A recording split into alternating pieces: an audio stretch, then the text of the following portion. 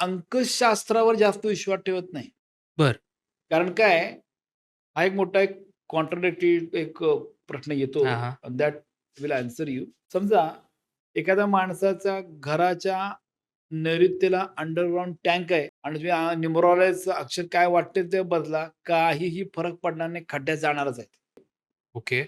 पत्रिकेमध्ये तुम्हाला स्पष्ट कळतं, की व्यवसायात यश नाही, हे मी डॅम शुअर सांगू शकतो. बघितल्या विदिन 2 सेकंड्समध्ये. यश आहे की नाही? हं, येस ऑर नो? इथं हं. नाहीये आणि तुम्ही अंकशास्त्रावरून काय वाटेल ते बदला, यश नाही मिळू शकत. I will give only 5% to that numerology. बरं. न्यूमरॉलॉजी अर्थ काय? आज तो सब्जेक्ट नाही, पण तुम्हाला सांगतो तो. हो. वेगळा आपण प्रोग्राम घेऊ त्याचा. म्हणजे न्यूमरॉलॉजी ज्याचा जन्म झालाय त्याला अंकशास्त्राचा काही उपयोग नाही. हां. पत्रिका तयार झाली ना तुमची. करेक्ट. पत्रिका तयार झाली, अंकशास्त्र करून मी काय करणार आहे? सो ज्याचा जन्म झालेला नाही, तुमचं ब्रँडचं नाव द्यायचंय, हं. हॉटेलला नाव द्यायचंय, घराला नाव द्यायचंय. ओके, तुमचं काहीतरी एक कंपनी आहे, त्या कंपनीला नाव द्यायचं. बॉर्न झालेलंच नाहीये, पत्रिका तयार नाही. ओके. सो न्यूमरॉलॉजी अंकशास्त्र तिथं तुमचं वापरून तुमच्या तुमच्या अंकाबरोबर ते वापरू शकतो.